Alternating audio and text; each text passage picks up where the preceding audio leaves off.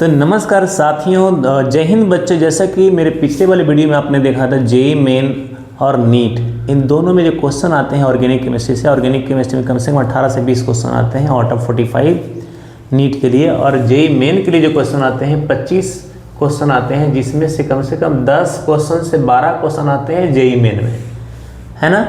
तो दोनों ही एग्जाम के लिए इम्पॉर्टेंट है। जो ऑर्गेनिक वाले हैं उनको 20 क्वेश्चन से 18 से 20 क्वेश्चन टैली करेंगे, और जो जेईई वाले हैं उनके लिए 10 से 12 क्वेश्चन टैली करेंगे। और मैं आपको वचन देता हूं कि 15 क्वेश्चन आपको 25 क्वेश्चन में दिला के रहूँगा, और वो सारे टेक्निक्स, वो आइडिया बता के रखूँगा, जिससे आप एकदम देखेंगे और आंसर कर देंगे।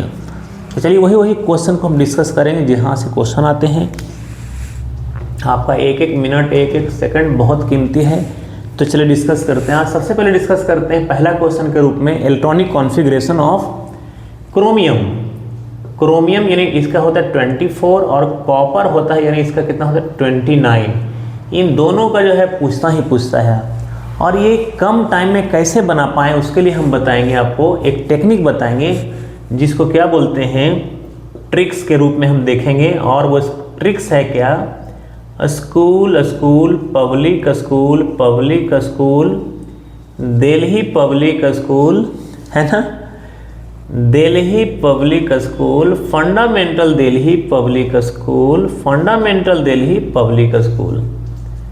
समझ गए। तो यहाँ पे देखिए, जैसे ही हमने पहले वाले ऑर्बिट जब होगा, सपोज कीजिए कि पहला ऑर्बिट है ना, तब पहला ऑर्बिट में एस ऑर्बिटल होता है, दूसरे में क्या होता है एस और पी दोनों होता है, तीसरे में क्या होता है एस पी डी होता है, और चौथे में क्या होता है एस पी डी एफ होता है कि नहीं ना। तो हम स्टार्ट जब करेंगे तो एस पहले लिखेंगे, 1s हो गया, ये 2s हो गया, ये 3s हो गया, ये 4s हो गया, ये 5s हो गया, ये 6s हो गया, ये 7s हो गया, इस तरह से 8s हो गया, है कि नहीं। अब देखते हैं कि P वाला कहाँ से शुरू होता है, तो यहाँ से तो 2P हो जाएगा, यहाँ 3P हो जाएगा, यहाँ 4P हो जाएगा, यहाँ 5P हो जाएगा, यहाँ 6P हो जाएगा, 7P हो जाएगा। D वाले कहाँ से शुरू होते हैं, तो थर्ड ऑर्बिट से शुरू होते हैं। D है कहाँ, यहाँ है, तो यहाँ 3 लिखेंगे, यहाँ 4 लिखेंगे, यहाँ 5 लिखेंगे, यहाँ 6 लिखेंगे। F कहाँ से शुरू होता है, तो ये 4 ऑर्बिट से शुरू होता है, इसलिए यहाँ क्या लिखेंगे 4 लिखेंगे, यहाँ 5 लिखेंगे। और इलेक्ट्रॉन जो भरेंगे सबसे पहले 1s में जाएगा, फिर उसके बाद 2s में, और फिर जाएगा 2p में। इस तरीके से धीरे धीरे ये बढ़ते चले जाएंगे, और एनर्जी सेल के आधार पे हम यहाँ से जो है ये इस तरीके से पहले इधर नहीं जाएंगे, यहाँ से ऐसे मुड़ के यहाँ इसमें भरेंगे, फिर इसमें भरेंगे, फिर इसमें भरेंगे ऐसे। और ये अलग लिखा हुआ है, समझे क्या, 4 में होता है ना SPDF, वो वाला लिखा हुआ है, वो वाला ऑर्बिटल। तो इलेक्ट्रॉन अब कितना भरना है, तो S के लिए कितना भरना है, 2 इलेक्ट्रॉन भरते हैं, P में कितना इलेक्ट्रॉन, 6 इलेक्ट्रॉन भरते हैं, D में कितना इलेक्ट्रॉन भरते हैं, 10 इलेक्ट्रॉन भरते हैं, और F में कितना भरते हैं, तो 14 इलेक्ट्रॉन भरते हैं F के लिए, है ना, F ऑर्बिटल में। समझ गए। तब चलिए भरते हैं। तो जब इसको भरेंगे तो क्या लिखेंगे, पहले क्या लिखिएगा, 1s2 लिखिएगा, है कि नहीं, ये वाला भर गया, 2s2 लिखिएगा, ये भर गया, 2p लिखिएगा, 2p 6 होता है, p में 6 इलेक्ट्रॉन जाते हैं। और उसके बाद कहाँ चलेंगे, 2p के बाद 3s में चलेंगे, 3s2 हो जाएगा, 3p 6 हो जाएगा, है कि नहीं। और अब देखिए तो कितना इलेक्ट्रॉन हो गया यहाँ पे, तो 1s2 यहाँ पे हो गया 8 मिलके, यानी 10 हो गया, 10 2 12 हो गया, 12 और 6 18 हो गया, है ना। अब क्या लिखेंगे, तो 4s2 लिखेंगे, और 3d कितना लिखेंगे, 4 लिखेंगे, चूँकि इलेक्ट्रॉन 24 ही है। तो यहाँ पे यहाँ तक के जो चीज़ है उसको आप आर्गन भी लिख सकते हैं, है कि नहीं। इसको जरा मिटा के लिखता हूँ कि इसको हम ऐसे कह सकते हैं, इस तरीके से क्या लिख देंगे, यहाँ आर्गन लिख देंगे, तो ये 18 हो गया, यानी 18 का हो गया इनर्ट गैस कॉन्फ़िगरेशन। अब फिर क्या लिखेंगे, 4s1 कर देंगे और 3d5 कर देंगे, यानी ये नहीं रहेगा 4s1 और 3d5।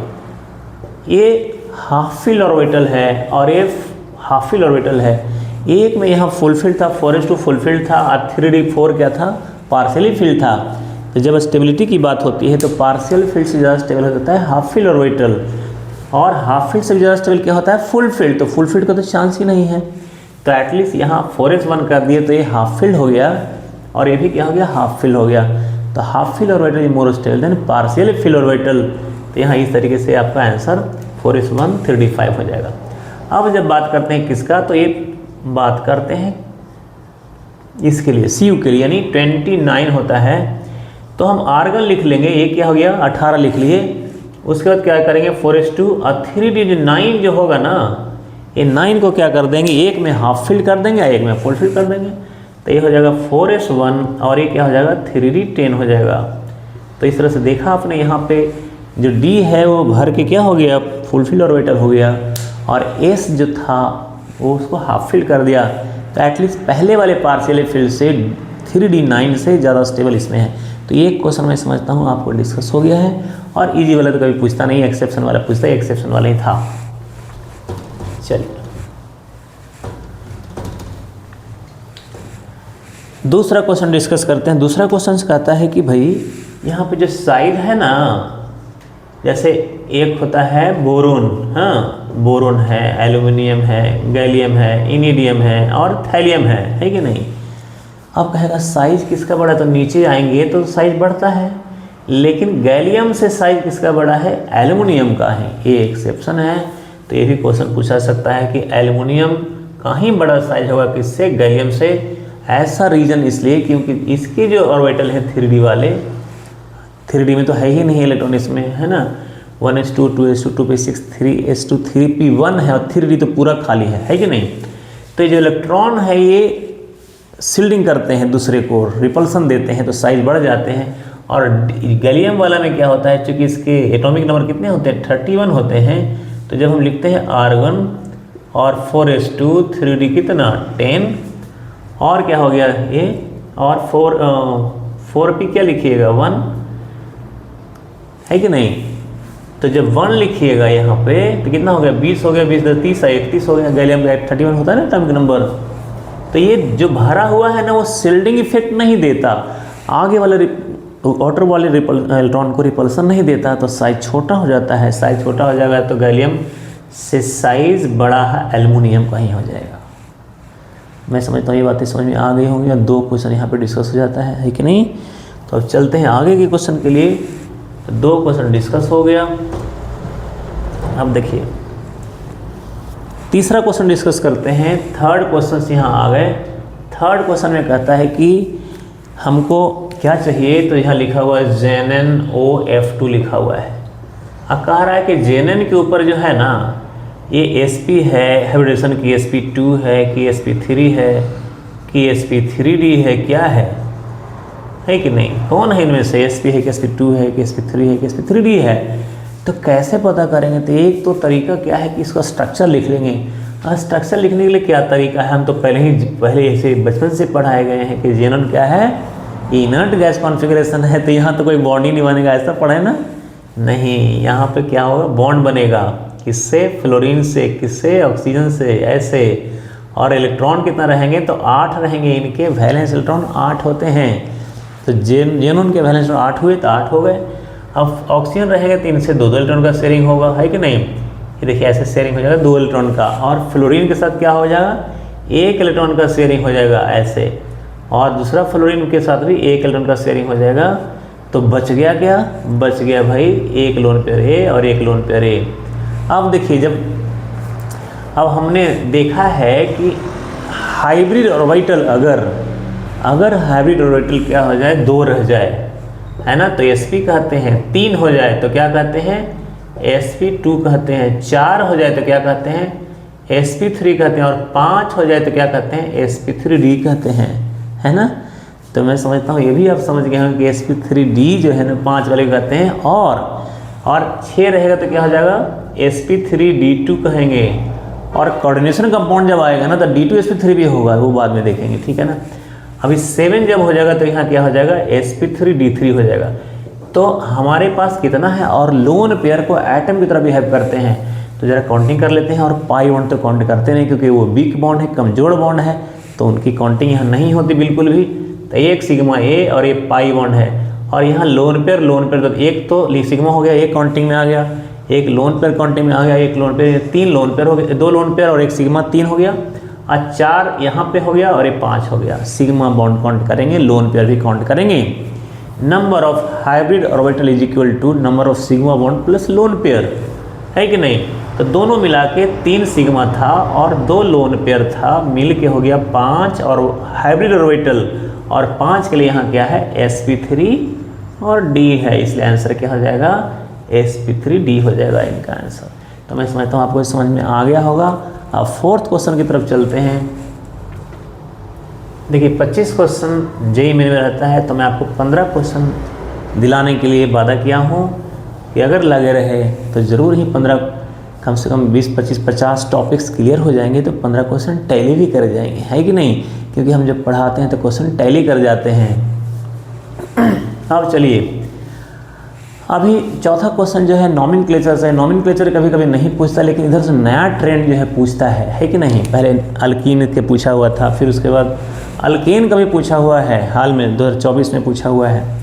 तो देखिए कैसे पूछा जाता है कि अगर अल्केन से क्वेश्चंस किस तरीके से रहेगा कि हमने एक चौथा नंबर पे यहाँ लिखते हैं कि हमने ऐसे बॉन्ड लाइन में लिख लिया है ना, और यहाँ पे क्या कर दिया, इस तरीके से कर दिया है, इस तरीके से यहाँ पे लगा दिया है, और यहाँ मिथाइल है और यहाँ मिथाइल है, ऐसे CH3 को मिथाइल कहते हैं। इसका IUPAC नेम लिखना है, तो नंबरिंग कहाँ से करेंगे हम। देखिए ऐसे हालात में नंबरिंग कहाँ से करेंगे, तो देखिए इधर से अगर A हमने सेलेक्ट करते हैं इधर नंबरिंग के लिए, तो 3 पे इथाइल आएगा, है ना, C2H5 को बोलते हैं इथाइल। और अगर यहाँ से नंबरिंग करते हैं तो 1 2 3 4, है ना, 5 6 7 8, तो सब्स्टिट्यूएंट का जो पोजीशन है वो 2 पोजीशन पे है, यानी मिथाइल 2 पे है, और यहाँ से चलते तो इथाइल 3 पे है। तो नंबरिंग किधर से हो जाएगा, लेफ्ट टू राइट वाला नंबरिंग वैलिड होगा, और राइट टू लेफ्ट वाला नंबरिंग वैलिड नहीं होगा। अब क्या करेंगे, इनका सब्स्टिट्यूएंट, अब इसका नाम क्या लिखेंगे, तो इथाइल है, यहाँ पे 2 इथाइल है, एक इथाइल 5 पे एक 6 पे है, ये दोनों मिथाइल है। तो पहले लिखेंगे इथाइल को लिखेंगे, और पोजीशन 5 और 6 पे है, तो पहले 5 लिखेंगे, तो 5 इथाइल, हाँ अब 5 6 दोनों पे है ना, तो क्या करेंगे 5,6 डाई इथाइल, और डैश क्या हो जाएगा 2,3 डाई मिथाइल, है ना। और टोटल कितना कार्बन है, तो 8 कार्बन है, इसलिए हम क्या लिख देंगे, ऑक्टेन लिख देंगे यहाँ पे। तो हम समझते हैं आपको अच्छे तरीके से समझ में आ गया होगा। और हम अब चलेंगे क्वेश्चन नंबर 5 की तरफ, जो कि क्वेश्चन कहाँ से पूछ सकता है, अल्कीन से पूछ सकता है कि नॉमेनक्लेचर ऑफ अल्कीन पूछा हुआ है ऑलरेडी IIT में। तो उसी बेसिस पे हम यहाँ क्वेश्चंस करेंगे, जिससे जो है हमारा कुछ ना कुछ टैली हो जाए, है ना। तो हम अल्कीन से क्वेश्चंस यहाँ कर रहे हैं कि अगर suppose CH2 double bond CH है और CH3 है, और यहाँ CH पे Br है और इधर CH3 है, तो नंबरिंग कहाँ से होगी, और अल्कीन भी यहाँ पे है, एक अल्कीन होगा तो अल्कीन हो जाएगा। एक से ज़्यादा डबल बॉन्ड होता ना, तो अल्का 1,2 या 3 यहाँ पे रहता, X, Y डाई कर देते। तो अभी यहाँ पे नंबरिंग कहाँ से करेंगे, तो इधर से तो नंबरिंग बिल्कुल नहीं होगा, इधर से नंबरिंग होगा, क्योंकि अल्कीन जो है पास में है। तो 1 2 3 4 5 है कि नहीं। तो लिखेंगे इसको पहले, तो अल्फ़ाबेटिकली फॉलो करेंगे लिखने के लिए। तो पहले क्या हो जाएगा 4 ब्रोमो, और क्या लिखेंगे, तो मिथाइल कितने पे है 3 मिथाइल, और क्या हो जाएगा कार्बन कितना हो जाएगा, तो 3 2 5, यानी पेंट 1 पे इन हो जाएगा, है कि नहीं, ये पेंट 1 इन हो जाएंगे यहाँ पे। तो हम ये समझते हैं आपको ज़रूर जो है अल्कीन के बारे में समझ में आएगा कि सबसे पहले सब्स्टिट्यूएंट अल्कीन के तरफ से ही नंबरिंग करेंगे। सब्स्टिट्यूएंट को हम कुछ भी ख्याल नहीं देखेंगे यहाँ, जबकि ब्रोमो पास में था, कहीं कोई तो कर देता 2 ब्रोमो कर देता पहले, बिल्कुल गलत बात है। हम सब्स्टिट्यूएंट को यहाँ ध्यान नहीं दें, जब अल्कीन प्रेजेंट है तो क्यों ध्यान देंगे। तो कहिए कि ऐसा सिचुएशन से कभी क्रिएट होता है, तो हम एक प्रायोरिटी ऑर्डर होता है, उसको देखेंगे ध्यान से, तो हमें ये बात बन जाएगी। प्रायोरिटी ऑर्डर जो है आपका लिख देता हूँ मैं। सबसे ऊपर आता है COOH, फिर आता है SO3H, फिर आता है COR, फिर आता है COX, फिर आता है CONH2, फिर आता है CN, फिर आता है CHO, फिर आता है कीटोन, फिर आता है OH, फिर आता है NH2, फिर आता है अल्कीन, तब आता है अल्कीन के बाद तब आता है अल्काइन। तो ऐसे नंबरिंग यहाँ तो ये ब्रोमो क्लोरो का तो क्या है, हमेशा सब्स्टिट्यूएंट तरह बिहेव करेंगे। इवन X के लिए सब्स्टिट्यूएंट, NO2 के लिए सब्स्टिट्यूएंट तरह बिहेव करेंगे। PH यानी फिनाइल रहेगा तो भी सब्स्टिट्यूएंट तरह बिहेव करेंगे। OCH रहेगा तो भी अल्कोक्सी, और मिथाइल रहेगा तो ये always behaves as substituent not functional group. तो ये कहीं लगे रहेंगे, देखिए लगा हुआ था, इधर से नंबरिंग नहीं किया, अल्कीन को प्रायोरिटी दिया, समझ गए। तो मैं समझता हूँ आपको अल्कीन वाला भी समझ में आ गया होगा। और अब चलते हैं क्वेश्चन नंबर 6 की तरफ। क्वेश्चन नंबर 6 जो है आपको हाइब्रिडाइजेशन से ही करते हैं। कह रहा है कि क्वेश्चन नंबर यहाँ पे 6 आ जाते हैं। 6 में क्या कह रहा है कि सपोज कीजिए कि यहाँ पे HC ट्रिपल बॉन्ड CHC है, यहाँ डबल बॉन्ड CH2 है। अब यहाँ पे क्वेश्चन क्या पूछ रहा है कि C2 और C3 का हाइब्रिडाइजेशन क्या होगा, है ना। हाइब्रिडाइजेशन ऑफ C2 C3 क्या होगा, ऑप्शन में लिखेंगे तो SP लिखा हुआ है, SP2 लिखा हुआ है, SP2 और SP लिखा हुआ है, और SP2 और SP2 लिखा हुआ है। इसमें से कौन सा आंसर आपको सिलेक्ट करना है। और इस तरह के क्वेश्चंस जेईई में, नीट में पूछे जाते हैं। तो मैं समझता हूँ हो सकता है टक्कर हो जाए क्वेश्चंस का। अगर आपका कॉन्सेप्ट क्लियर है तो क्वेश्चन बनने में क्या देखा आंसर हो गया। क्वेश्चन का कॉन्सेप्ट अगर क्लियर है तो देखा आंसर हो गया। अगर कॉन्सेप्ट क्लियर नहीं है तब तो परेशानी वाला चीज़ है कि नहीं। तो कॉन्सेप्ट चलिए क्लियर करते हैं। हमने थोड़ी देर पहले बताया था कि प्रायोरिटी ऑर्डर जो होते हैं, पहले अल्कीन ऊपर होता है, अल्काइन नीचे होता है। तो नंबरिंग जो होगी इधर से बिल्कुल भी नहीं होगी, इधर से नंबरिंग नहीं होगी, यहाँ से होगा 1 2 3 4। अब देखिए अगर यहाँ से नंबरिंग कर देते, क्या करते, 1 करते, 2 करते, 3 करते, 4 करते, तो 2 3 निकाल देते, क्या होता है SP और SP2 करते। ये गलत हो गया है कि नहीं। इधर से नंबरिंग सही है ही नहीं, तो हम 2 और 3 चाहिए ना। तो SP2 और SP हो जाएगा, आंसर क्या हो जाएगा, ए वाला हो जाएगा। और ये भी आंसर नहीं होंगे। अगर 1 और 2 कहता ना तो नंबरिंग यहाँ से किए, ये तो नंबरिंग गलती है। तो 1 2 कहता कि C1 चाहिए और C2 चाहिए, तो क्या हो जाता, SP2 और SP2 हो जाता। अब कहता कि 3 और 4 चाहिए, तो 3 यहाँ है, 4 यहाँ है कि नहीं, तो SP SP हो जाता। यहाँ भी कारण SP, यहाँ भी कारण SP, तो SP SP आंसर ये वाला हो जाता। C अगर 3 और C4 कहता तो SP और SP आंसर हो जाता है कि नहीं। अगर कहता कि 1 और 3 बताइए, तो 1 तो SP2 है कि नहीं, और 3 SP है। C1 और C3 बताइए, तो क्या था, SP2 और SP आंसर हो जाता।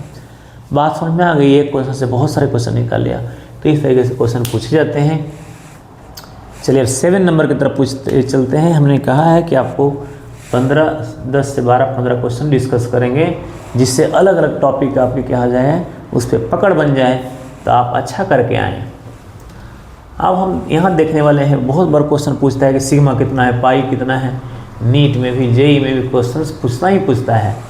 तो हम वो डिस्कस करेंगे 7 नंबर का क्वेश्चंस, जिसमें कह रहा है कि CH triple bond CH double bond CH2 है। फिर से वही क्वेश्चन लिया है जिसमें कह रहा है कि नंबर ऑफ सिग्मा कितना है, पाई कितना है। बहुत आसान है कि नहीं।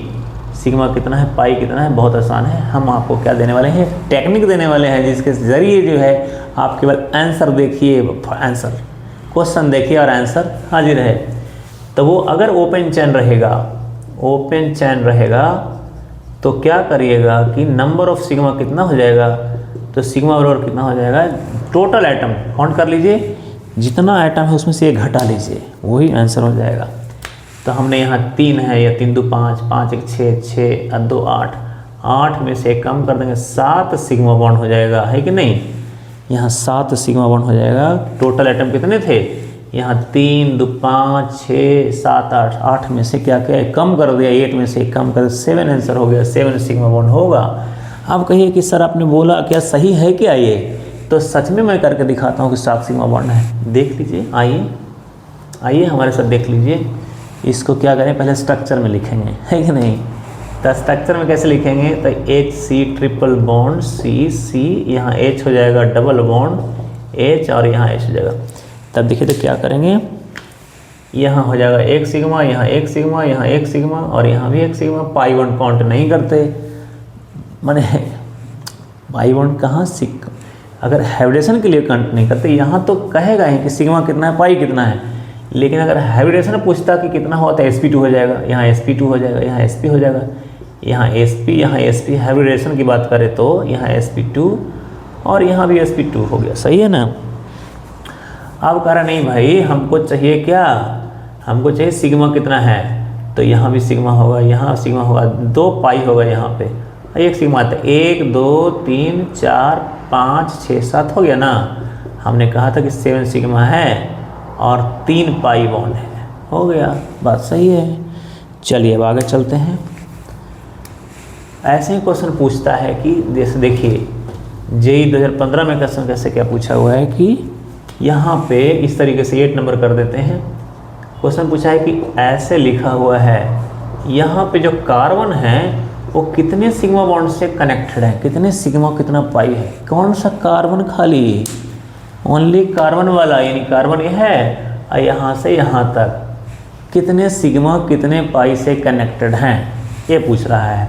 तो देखिए एक सिग्मा यहाँ है, एक सिग्मा यहाँ है, एक पाई यहाँ है, एक पाई यहाँ है, तो इनके बीच में कितना होगा, तो 2 सिग्मा बॉन्ड होगा और 2 पाई बॉन्ड होगा। ऐसे स्पेसिफाई करेगा, है कि नहीं। कभी कभी कहेगा टोटल सिग्मा कितना है, टोटल कितना पाई बॉन्ड है। स्ट्रक्चर निकाल पाते हैं तो अच्छी बात है, नहीं तो ओपन चेन -1, ओपन चेन रहेगा ना तो टोटल एटम -1 कर दीजिएगा, वही आंसर आपका हो जाएगा। अगर साइक्लिक रहेगा तो टोटल एटम ओनली। चलिए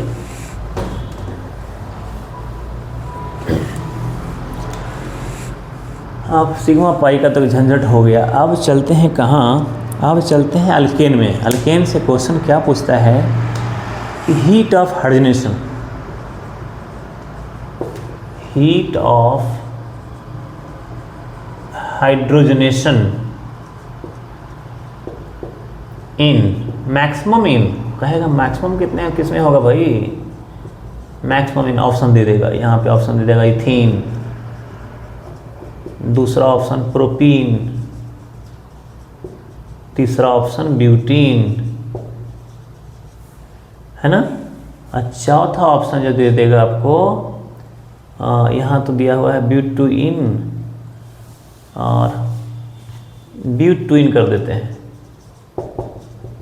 ब्यूटुइन। यहाँ पे क्या दिया हुआ है CH3C, CH3 double bond CCH3 और CH3, ऐसे। तो सबसे ज़्यादा हाइड्रोजन जब जुड़ेगा निकल कैटलिस्ट के प्रेजेंस में तो किस में ज़्यादा एनर्जी निकलेगा, when 1 mole of hydrogen attach in alkene in presence of nickel catalyst energy release, that energy known as heat of hydrogenation. Hydrogen attach हुआ अल्कीन के ऊपर तो क्या हो रहा है, एनर्जी रिलीज हो रहा है, उसी एनर्जी को क्या बोल रहे हैं, हीट ऑफ हाइड्रोजनेशन। हाइड्रोजन जुड़ा है तो एनर्जी कितना निकला है। तो अब जरा देखिए इथीन कौन सा, आपका आंसर कौन सा होगा बाय द वे, आप देख, अगर आपको जानकारी नहीं है ना तो ये वाला आंसर कर दीजिएगा, है ना। ये बिल्कुल नहीं होगा, क्यों नहीं होगा कि हाँ देखिए एक हमने लिया Na का प्लेट लिया, Na लिया, इसको हीट करना शुरू कर दिया, हीट जब हीट करने लगे तो ऊपर का जो मॉलिक्यूल है ना, यहाँ हाइड्रोजन को पकड़ लिया, ऐसे H+ और H- कर दिया। अब इस हाइड्रोजन को जाके जो है ना H+ ऐसे जो जुड़ेगा तो ये कैसे हो जाएगा, ये जो इलेक्ट्रॉन है इधर आ जाएगा तो यहाँ माइनस हो जाएगा, यहाँ प्लस हो जाएंगे, ये इसके साथ जुड़ जाएगा और ये इसके साथ जुड़ जाएगा। तो जैसे ही क्या होने वाला है कि यहाँ पे अल्केन बनेगा, ये तो बन जाएगा, इस जो हाइड्रोजन जुड़ेगा तो क्या हो जाएगा, ऐसे बनेगा। लेकिन ये स्टेरिक हिंड्रेंस दिया, हाइड्रोजन को जोड़ने में बहुत परेशान किया इसने, तो यहाँ पे हीट ऑफ हाइड्रोजनेशन बहुत कम होगा, एनर्जी बहुत कम निकलेगा, है कि नहीं, समझिए बात को। लेकिन अल्कीन में जो इथीन में है उसमें ज़्यादा होगा। कैसे, मैं आपको दिखाता हूँ तो आंसर समझ में आ जाएगा। यहाँ पे आंसर यही इथीन ही है।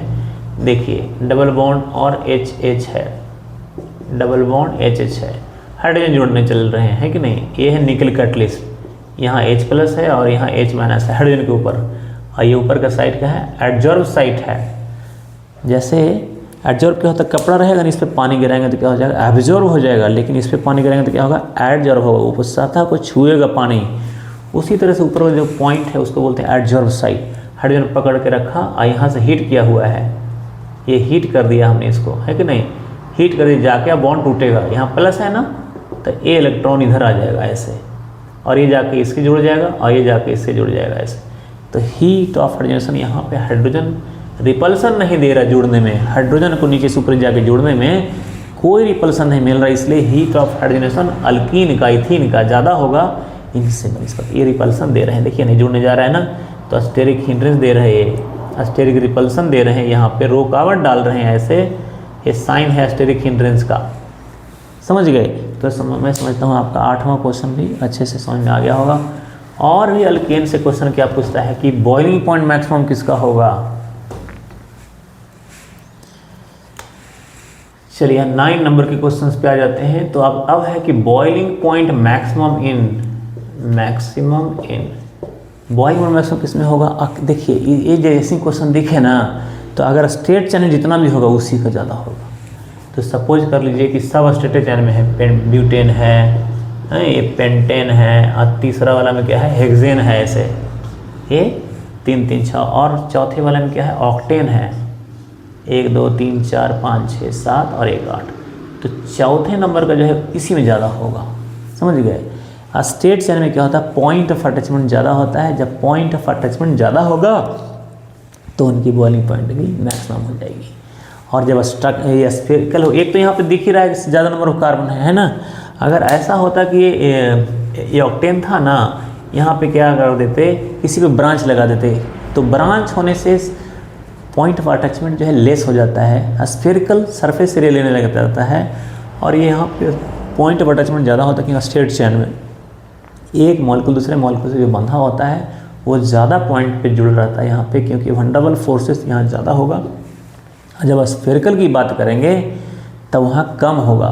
तो ऐसे सिचुएशंस में जब साइक्लिक स्ट्रक्चर लेने लग जाता है, कब, जब आइसो नियो का केस आए तो आप सीधा जो स्टेट चैन में रहेगा ना, ज़्यादा मैक्सिमम नंबर ऑफ कार्बन उसी को सिलेक्ट कर देना है। तो आंसर आपका ये हो जाएगा। चलते हैं हम 10वें नंबर की तरफ। तो आंसर यहाँ पे ए ऑक्टेन वाला हो जाएगा, है कि नहीं। अगर आपको ये क्वेश्चन समझ में नहीं आया तो चलिए क्वेश्चन से और समझते हैं। ये 10 नंबर कर देते हैं और इसी को रिपीट मारते हैं। यहाँ पे हमने मिथाइल ऐसे कर दिया, आइसो पेंटेन कर दिया है, यहाँ पे हमने नियो और क्या कर दिया, हेक्सेन कर दिया है कि नहीं, और यहाँ पे हेक्सेन लिख दिया है 1 2 3 4 5 6 थर्ड वाला में, और यहाँ पे है दूसरा। तो आंसर क्या हो जाएगा, और चौथा में क्या कर दिया हमने, और पेंटेन पे ऊपर नीचे लगा दिया हमने, जबकि यहाँ पे और एक कारण और बढ़ा दिया है, 7 कारण कर दिया, 1 2 3 4 5 6 7। यहाँ नियो करके है यहाँ पे। तो ये क्या स्ट्रक्चर कैसा हो रहा है, यहाँ पे ब्रांच हो रहा है। ब्रांच होने से क्या होता है, स्फेरिकल एरिया लेने लगता है। तो इन लोगों में क्या हो जाएगा ना कि पॉइंट ऑफ अटैचमेंट जो मॉलिक्यूल के बीच में होगा ना, वो लेस हो जाएगा। लेस पॉइंट ऑफ अटैचमेंट है ना, वंडरबल फोर्सेस कम होगा, पॉइंट ऑफ अटैचमेंट यहाँ पे क्या होगा, ज़्यादा होगा। ये इस तरीके से ऐसे होगा, ये स्ट्रेट चैन में पॉइंट ऑफ अटैचमेंट ज़्यादा होगा, समझ गए। जबकि मॉलिक्यूलर फार्मूला तो सेम ही है, तो यहाँ इसमें ज़्यादा हो जाएगा। तो आप समझ में आ गया होगा आपको। चलते हैं 11 नंबर क्वेश्चन की तरफ, और वो क्वेश्चन रहेगा अल्कीन से। अब पहले अल्केन से ही कर लें। एक कन्वर्जन टाइप का क्वेश्चन है, जो कि कैसे रहेगा, तो रहेगा सेंटेंस में कि यहाँ से ये रिएक्शन बना, ये मिल गया, वहाँ से फिर दूसरे से रिएक्शन किया, वो मिल गया, वहाँ से वो तीसरे से रिएक्शन किया, वो मिल गया, वहाँ से ऐसे करके A B C D E तक रहेगा। ई क्या है, ला। तो A से B चलेंगे, B से C चलेंगे, C से D चलेंगे, अब फिर D से E चलेंगे। तो कैसे चलेंगे मैं आपको सिंपल से क्वेश्चन करके दिखाता हूँ, कन्वर्जन, जो आपको समझ में आएगा। देखिए यहाँ पे हम लिखते हैं क्या, CH3 लिखते हैं, है कि नहीं, बहुत सिंपल। इथेन है कि नहीं, A है। चलो ये कह दिया उन्होंने कि A है। अब इन पे क्या करते हैं कि Cl2 लेते हैं, Cl2 और H में सनलाइट देते हैं। सनलाइट क्या होता है, सूरज की रोशनी, वही सनलाइट है, समझ में आएंगे आपको। तो ये क्या बन जाता है, B बन जाता है। तो जब यहाँ Cl2 देंगे तो क्या हो जाएगा, सब्स्टिट्यूशन हो जाएगा, है कि नहीं। तो Cl यहाँ H हट जाएगा और Cl आ जाएगा, तो CH3 CH2 और Cl बन जाएंगे। आया समझ में, तो B बन गया। अब B के ऊपर कहता है कि भाई अल्कोहलिक KOH ले लो। KOH क्या करता है, एलिमिनेशन करता है। कभी भी KOH क्या करेगा, एक्वस KOH एक्वस KOH रहेगा तो सब्स्टिट्यूशन करेगा, लेकिन अल्कोहलिक KOH रहेगा ना एलिमिनेशन करेगा। ये बात को समझ के आपको रखना ही पड़ेगा।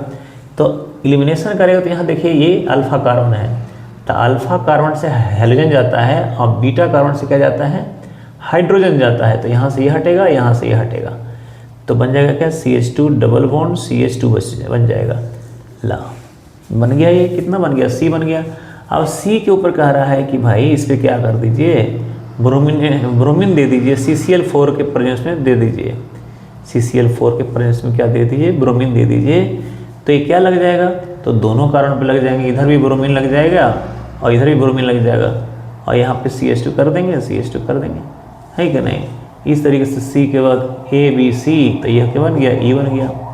अब E के ऊपर भी अगर कहेगा भाई कि क्या करिए आप कि फिर से अल्कोहलिक KOH ले लेते हैं, तो एक बियर हट जाएगा और यहाँ से एक हाइड्रोजन हट जाएगा, तो CH बियर रह जाएंगे, समझे, और यहाँ डबल बॉन्ड बन जाएगा, CH2 बन जाएगा। अब ये तो बन गया F, है ना, C के बाद D था, ये नहीं D था, D तो बन गया E, ठीक है। अब कहिए कि फिर से हटाना है हमको, ब्रोमीन में हटाना है, इधर हाइड्रोजन हटाना है, तो ऐसे हालात में क्या लेना पड़ेगा, NaNH2 लेना पड़ेगा, जिसको बोलते हैं सोडामाइड, क्योंकि यहाँ स्ट्रॉन्ग बेस की ज़रूरत पड़ेगी और NH2- स्ट्रॉन्ग बेस है, इसलिए ना OH- से भी ज़्यादा स्ट्रॉन्गर बेस क्या है, NH2-। OH- अगर ऐसे है और इधर NH2- है, वो ज़्यादा बेसिक है, बेसिक स्ट्रेंथ ऑर्डर, समझ गए। तो ऐसे हालत में क्या करेंगे कि स्ट्रॉन्ग बेस लेंगे ना, तो ये बियर हट जाएगा, Na लेके जाएगा, और यहाँ से H चला जाएगा, वो NH2 लेके चला जाएगा, तो बन जाएगा अपना क्या, CH ट्रिपल बॉन्ड CH बन जाएगा। देखिए और क्या बन जाएगा भाई, तो बन जाएगा Na और Br, और क्या बन जाएगा, अमोनिया बन जाएगा। तो देखा आपने E के बाद F मिला, D के बाद F मिला, नहीं ये वाला, तो F में आंसर क्या है। अब इतना बड़ा तो एडवांस में पूछेगा, जी एडवांस में, मेंस में नहीं पूछने वाला। मेंस में कहेगा कि यहाँ से A से B, B से C तक आएगा, लंबा बहुत तो नहीं करेगा, बहुत मैक्सिमम तो मैक्सिमम D तक जाएगा, E F G तक नहीं जाएगा, है कि नहीं। कि और सेंटेंस में लिखा रहता है, जो आपको पढ़ने में 1 मिनट तक चला जाएगा। तो बड़ी तेज़ी समझ माने माइंड को कॉन्सेंट्रेट करके ये क्वेश्चन पढ़िएगा, बहुत ईजी होते हैं, बड़े क्वेश्चन देके भागना नहीं, बहुत ईजी, एक बार पढ़ेंगे आसान खत्म हो जाएगा, बट आपको कॉन्सेप्ट क्लियर होना चाहिए। चलिए क्वेश्चन और करते हैं इसी तरीके का, जो अल्काइन से क्या करेंगे ना, चलेंगे बेंजीन की तरफ। अगर आपका कॉन्सेप्ट क्लियर होगा तो समझ में आएगा, और नहीं तो ऐसा लगेगा कि कहाँ फंस गए। तो घबराना नहीं, हमारे चैनल से बने रहिए, ज़रूर आज नहीं तो कल अच्छा हो जाएंगे आप, क्योंकि हमने बीड़ा उठा लिया है कि बहुत एक चीज़ को डिस्कस करूँगा, और वो सारी सेक्रेट जो रखते हैं ना फैकल्टी लोग, टेक्निक बचा बचा कर रखते हैं सेक्रेट के रूप में, माने रहस्य को बचा को, उसको हम उजागर करने वाले हैं। जो इम्पोर्टेंट टॉपिक है, टेक्निक है, वो सब देने वाले हैं, ताकि आप राजा हो जाइए, है कि नहीं, ऑर्गेनिक के बादशाह हो जाइए। चलिए तो आगे बढ़ते हैं, 11 नंबर के क्वेश्चन पे हम आ जाते हैं। और 11 नंबर के क्वेश्चन भी जो है ना, वो अल्काइन, चूँकि अल्काइन हमने बनाया ना अभी, तो अल्काइन हम लेते हैं यहाँ पे HC ट्रिपल बॉन्ड CH ले लिए, इसका कितना मोल के ले, 3 मोल के ले लिए। और यहाँ कहा क्या रहा है ना कि आप क्या करिए कि इसको रेड हॉट आयरन ट्यूब और 778 केल्विन टेम्परेचर से पास करा दीजिए, तो क्या बन जाएंगे, तो ये बन जाएगा क्या मालूम है, ये बन जाएगा बेंजीन, यहाँ से बन जाएगा बेंजीन, ये वाला बन जाएगा। अब कह रहा है कि ये तो ए बन गया है, ए के ऊपर क्या ले लीजिए, तो अल्काइलेशन ले लीजिए। एक कह रहा है कि भैया CH3Cl और साथ में अनहाइड्रस AlCl3 ले लीजिए। अल्काइलेशन करने का सबसे अच्छा तरीका है, ये लेंगे ना, तो यहाँ पे बी में क्या आज बन जाएगा, बी में बन जाएगा, बताता हूँ आपको, मिथाइल बेंजीन बन जाएगा, ऐसे बन जाएगा CH3। अब क्या कह रहा है कि ये तो बन गया बी, अब बी के ऊपर क्या कर लीजिए, KMnO4 और क्या ले लीजिए, KOH ले लीजिए, बेसिक मीडियम कर दीजिए।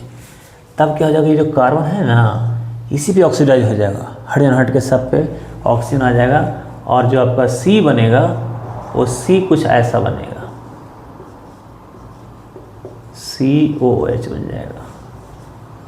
पहले तो यहाँ पे के आएंगे और इसके ऊपर H3+ दिखाएंगे, H3+, तो D के रूप में जो हमारा आंसर हो जाएगा वो बेंजोइक एसिड हो जाएगा, ऐसे, और COOH कर दीजिए। तो मैं समझता हूँ आपको आसानी से समझ में आ गया होगा। अब देखिए हम लोग कितना घूमे, अल्काइन से चले बेंजीन में, बेंजीन से चले टॉलिन में, टॉलिन से चले बेंजोइक एसिड में पहुँच गए, है कि नहीं। तो केवल रीएजेंट का ही खेल होता है। एक बार अगर ऑर्गेनिक केमिस्ट्री का रीएजेंट समझ में आ गया ना, और बॉन्ड कैसे ब्रेक होता है ना, कॉन्सेप्चुअल क्वेश्चंस होते हैं, और कॉन्सेप्ट क्लियर ऑर्गेनिक का है तो एक भी क्वेश्चन गलत नहीं होने वाला, समझ गया, और आपकी जीत पक्की हो जाएगी। करत करत अभ्यास ते जड़मती हो तो सुजान, रसरी आवत जात ते सील पे पड़त निशान। देखिए बिना गुरु के ज्ञान तो होता नहीं, तभी तो कबीर साहब कहते हैं गुरु बिन वेद पढ़े जो प्राणी, समझे न सार रहे अज्ञानी। बिना गुरु के वेद पढ़ने वाला भी अज्ञानी होता है, बिना गुरु बनाए चीज़ें समझ में क्लियर नहीं होता। चाहे वो माता पिता गुरु बने हो, टीचर गुरु बने हो, या कोई और बने हो, तो एक गुरु की परंपरा बहुत ज़रूरी है। और गुरु की परंपरा बनाए रखने के लिए, चूँकि आप मेरे से जुड़ रहे हैं और देख रहे हैं मेरे वीडियो को, तो आपको सब्सक्राइब कर लेना चाहिए और लाइक भी कर देना चाहिए। अभी तक अगर आप नहीं किए हैं तो शेयर भी कर देनी चाहिए दबा के, है ना। चलिए तो 12 नंबर के क्वेश्चन पे चलते हैं। और कार्बोलिक एसिड तो हमने बना लिया यहाँ पे।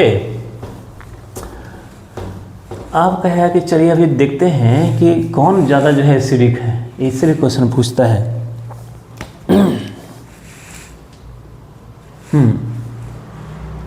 एसिडिक कौन है। अब ऐसे एक क्वेश्चन और करते हैं 12 में, जैसे कन्वर्जन का क्वेश्चन कर रहे थे ना, तो हम क्या करते हैं, अल्कोहल लेते हैं, ठीक है ना। ए के रूप में जो है वो अल्कोहल है, क्या है वो, CH3 CH2OH है। चलिए भाई ठीक है। अब अल्कोहल के ऊपर क्या ले लिए हैं, CrO3 ले लिए हैं। क्या ले लिए हैं, CrO3, क्रोमिक ऑक्साइड रीजन ले लिए हैं, जो कि अल्डिहाइड पे ही जाकर रोक देता है। तो यहाँ से बन गया क्या, B के रूप में जो बन गया है वो बन गया है CH3 और CHO बन गया है। अब यहाँ देखिए जो फंक्शनल ग्रुप है यहाँ पे C⋯O और H, और ये अल्फा कार्बन है। फंक्शनल ग्रुप के बगल में जो कार्बन है अल्फा कार्बन है, और अल्फा कार्बन का जो हाइड्रोजन है ना वो एसिडिक है, एसिडिक नेचर का, मतलब H+ यहाँ से निकल जाएगा। अल्फा कार्बन का जो हाइड्रोजन है, तो इसका 2 मोलिक्यूल लेंगे हम, ऐसा बना लेंगे 2 मोलिक्यूल, है कि नहीं। 2 मोलिक्यूल लेने के बाद क्या करेंगे, इनको हम डाइल्यूट NaOH से रिएक्शन करा देंगे, है ना। तो क्या बन जाएगा, अल्डोल कंडेंसेशन हो जाएगा। अल्डोल कंडेंसेशन मतलब क्या, अल्डिहाइड भी और अल्कोहल भी। तो देखिए क्या हो जाएगा, जो फाइनल रिजल्ट होंगे CH3 CH double bond CH और CHO बन जाएगा ऐसे। इसको अल्फा बीटा अनसैचुरेटेड अल्डिहाइड भी कहते हैं। अब इसका ये हुआ कैसे यहाँ पे, तो चलिए थोड़ा मैकेनिज्म के जरिए हम समझते हैं इसको। मैकेनिज्म क्या हुआ यहाँ से यहाँ कैसे, यहाँ तो समझ में आ गया होगा कि एक CrO3 रिएजेंट है जो अल्डिहाइड पे जाकर रोक दिया है, बहुत बढ़िया रिएजेंट है अल्डिहाइड बनाने के लिए। नहीं तो KMnO4 देते हैं ना, तो कार्बोलिक एसिड जाकर रुकता है वहाँ पे तो हमको कार्बोलिक एसिड तो चाहिए नहीं, हमको कराना अल्डोल कंडेंसेशन। तो अब देखिए ये हमने क्या किया कि पहले CH2 और H और CHO है, और ये जो OH- है ना स्ट्रॉन्गर नहीं है, डाइल्यूट है, नहीं तो इस पर अटैक कर देता। अभी इसकी इतनी ताकत नहीं है कि ये इलेक्ट्रोफिलिक सेंटर पर अटैक कर पाए, तो ये क्या करेगा, बगल से H2 निकाल लेगा। तो अब यहाँ से क्या हो जाएंगे, तो एनाइन बन जाएगा CH2- और C⋯O। अब देखिए स्ट्रॉन्ग बेस बन गया है ये। जब स्ट्रॉन्ग बेस बन गया है ना, तब क्या करेगा, दूसरा जो मॉलिक्यूल है उस पर अटैक मार देगा ये। कौन वाला मॉलिक्यूल है भाई, तो दूसरा एल्डिहाइड ही तो है, सिमिलर एल्डिहाइड। कहा था ना सिमिलर एल्डिहाइड 2 मॉलिक्यूल लेते हैं, यहाँ देखिए 2 लिखा हुआ है, 2 मॉलिक्यूल है एल्डिहाइड का। ये तो B ऐसे लिखा हुआ है कि B बन रहा है, तो ये यहाँ पे ये नेगेटिव इस पर अटैक कर देगा CO पे, C ग्रुप पे, और यहाँ खुल जाएगा। तो आप यहाँ से लिखना शुरू करिएगा। चलिए लिखते हैं, क्या हो जो हुआ वो लिखते हैं, CH3 CO पे माइनस और H को ऊपर कर देते हैं, और यहाँ पे क्या हो जाएगा CH2 और H हो जाएगा, और डबल बॉन्ड O और H हो जाएगा। ठीक है, ये देखिए ऐसे। अब क्या करेंगे, H2 है हमारे पास, तो उससे हम H+ दे देंगे। H+ देंगे तो क्या बन जाएगा, CH3 CH, यहाँ OH और CH और H रहेगा और इधर CHO रहेगा, है कि नहीं। अब बन गया अल्डोहाइड बन गया, OH बन गया। अब इसको हीट करेंगे ना, जैसे ही हीट करेंगे इसको, किधर लिखें, इधर ही लिखते हैं, इधर ही लिखते हैं। जैसे ही इसको हीट करेंगे तो वाटर निकल जाएगा। तो कहिए कि कौन वाला H निकलेगा, इधर भी तो H है, वो ना निकलेगा।